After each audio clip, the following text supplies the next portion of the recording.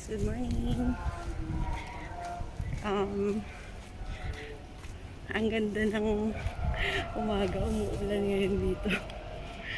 And gusto ko lang i-share sa inyo na ito yung first time na umulan.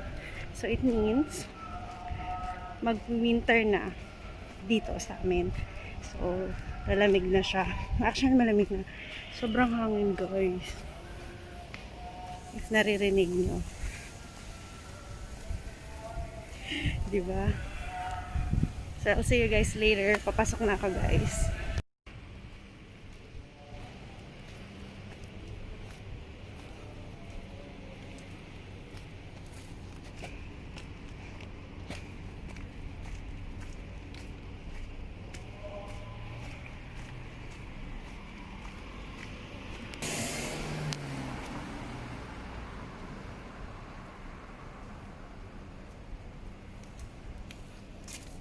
So, it's around 5:40 a.m. here.